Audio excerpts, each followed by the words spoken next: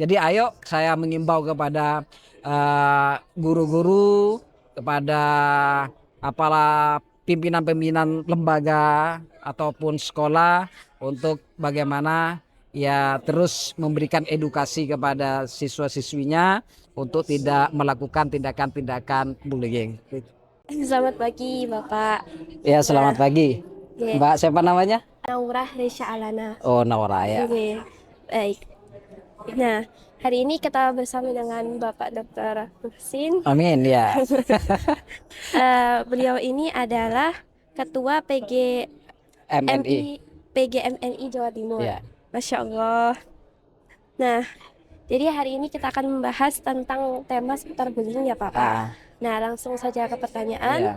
ya. Yang pertama, Bapak Ketua, dalam konteks madrasah, apa indikator kunci yang ditekankan PGMNI agar guru dapat melakukan deteksi dini terhadap kasus bullying? Oh ya, jadi memang kasus bullying itu terjadi ya di beberapa lembaga pendidikan seperti madrasah atau juga sekolah.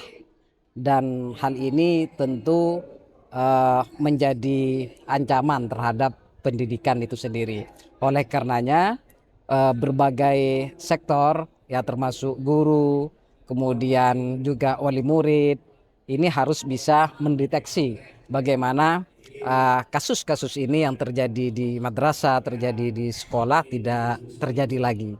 Nah, bagaimana caranya? Maka yang jelas guru itu harus tidak ada jarak ya antara guru dengan murid.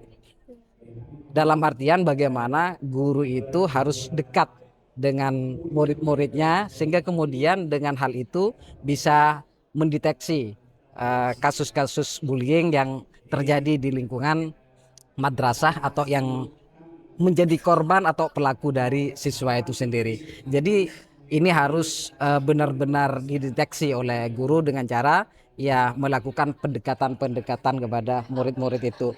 Tentu ketika sudah dekat maka harus ada edukasi ya kepada murid itu untuk bagaimana tidak ada apa namanya tindakan-tindakan yang mengarah pada bullying sehingga nanti ketika ada edukasi itu harapannya ya siswa bisa paham bahwasanya bullying ini adalah tindakan-tindakan yang tidak baik, tindakan-tindakan yang tidak bagus sehingga mereka bisa bersahabat, bisa menghargai satu sama yang lainnya. Begitu. Nah, Bapak kan tindakan, kalau boleh saya tahu, tindakan bullying itu dalam pandangan Bapak itu bagaimana? Apa mungkin tindakan bullying itu menurut pandangan Bapak itu kayak gimana? Ah, Kayak misalnya mungkin kayak dalam cuman verbal fisik atau gimana? ya salah satunya seperti itu. Jadi memang banyak tindakan-tindakan bullying itu yang mengarah pada fisik ataupun juga pada perkataan-perkataan yang hal ini apa namanya perlu sekali lagi itu edukasi bahwasanya apa saja yang masuk pada kategori bullying itu benar-benar harus diberikan pemahaman mereka itu. Nah, ini dibutuhkan kehadiran guru itu tadi. Maka saya sangat senang Direktur EBS PMKK Padepokan Kiai Mudrikah Dr. Kiai Haji Ahmad Mukhlis juga menulis kasus-kasus terkait bullying ini. Kalau tidak salah sudah terbit bukunya terkait hal itu. Lanjut pertanyaan berikutnya, mengingat peran PGMNI ini sebagai organisasi profesi, Ah, protokol standar seperti apa yang didorong PGMNI Jatim kepada madrasah untuk menangani dan mendampingi korban bullying? Nah, iya. Jadi kalau sudah ada kasus-kasus seperti itu, maka pihak lembaga atau guru tidak tinggal diam. Jadi harus cepat melakukan penanganan-penanganan sehingga kasus-kasus itu tidak terjadi lagi. Misalkan di satu lembaga ada kasus bullying, maka guru itu harus cepat menanganinya, menyelesaikan masalah itu. Karena kalau tidak, maka ini nanti akan terjadi sesuatu hal-hal yang tidak diinginkan dari orang tua merasa dirugikan begitu ya, khususnya yang menjadi korban, anaknya yang menjadi korban bullying itu. Maka guru harus segera melakukan penanganan khusus. Misalkan guru mendatangi korban dan juga mendatangi orang tuanya korban, bahkan juga mendatangi pelaku dan orang tua pelaku. Artinya di sini butuh keterlibatan semua pihak. Tidak hanya guru yang melakukan penanganan atau penyelesaian masalah itu, tetapi juga wali murid juga harus dilibatkan. Nah, jadi PGMNI Jawa Timur terus juga menghimbau kepada lembaga-lembaga pendidikan yang ada di wilayah Jawa Timur, khususnya yang berstatus madrasah, untuk pertama ya memberikan edukasi ya kepada siswa-siswanya agar tidak melakukan tindakan-tindakan bullying itu. Karena kalau hal ini tidak digerakkan, maka ya kasus-kasus seperti ini akan terus terjadi. Butuh memang kesabaran dan ketekunan dalam upaya ini. Wong namanya anak-anak begitu ya.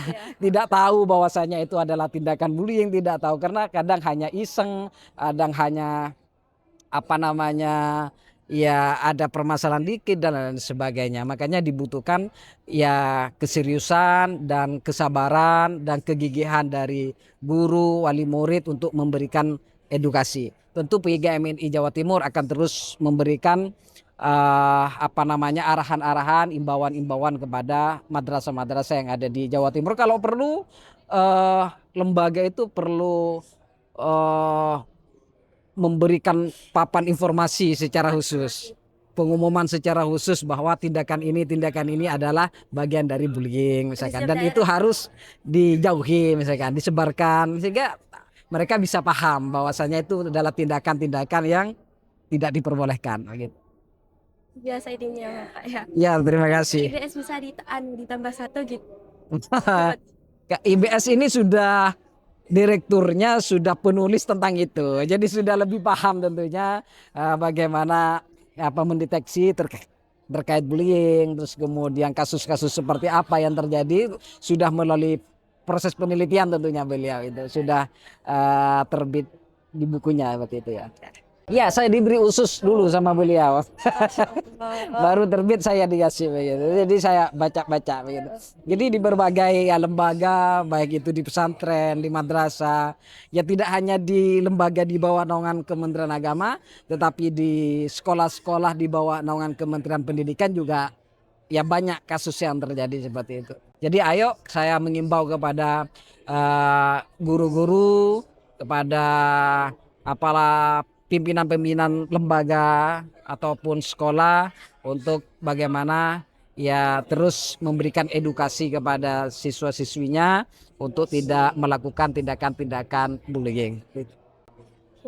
Mungkin Bapak ada rencana nggak ke IBS gitu untuk memberikan materi secara langsung?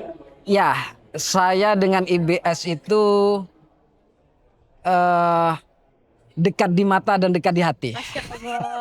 Kenapa demikian? Saya sudah sering sebenarnya silaturahim ke IBS, silaturahim ke direktur dan guru-guru di sana. Bahkan saya penelitian S2, saya penelitiannya di IBS Padepokan Kiai Modrika.